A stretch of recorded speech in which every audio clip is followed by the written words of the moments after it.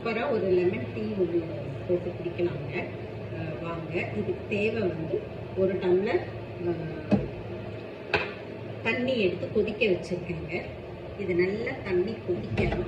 அப்போ வந்து சுகர் வந்து ஆட் பண்ணிடுவோங்க. இதோட சுகர் வந்து ஒரு 1.5 டீஸ்பூன், உங்களுக்கு எவ்வளோ ருசிக்கு தேவையோ அவ்வளோக்கு போட்டுக்கணும். இது நல்லா கொதித்து வர்ற நேரத்தில் ஒரே ஒரு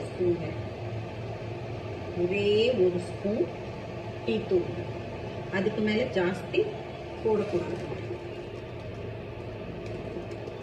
கொதிச்சு வருது இல்லைங்களா, இந்த டைம் வந்து கொதிக்கணும்னா டீ தூள் போட்டுட்டு இதில் வந்து இந்த மின்ட் லீவ்ஸ் உரைச்சி வச்சுக்கோங்க. மின்ட் லீவ்ஸ் கொஞ்சம் போட்டுட்டு அதுவும் கொதிக்கணுங்க. நல்லா கொதிச்சு அவ்வளோதாங்க. இப்போ என்ன பண்ணணும்னா இந்த லெமன் இருக்கு இல்லைங்களா, இதை வந்து அது கொதிக்கட்டோங்க. அதுக்குள்ளே நம்ம இதை பார்க்கலாம். இது கொதிச்சது போதுங்க, ஆஃப் பண்ணிடலாம். இந்த லெமனை இதில் புரிஞ்சுக்கோங்க.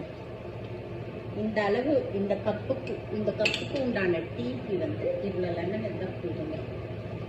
இப்போது இதை வடிகட்டிடுங்க.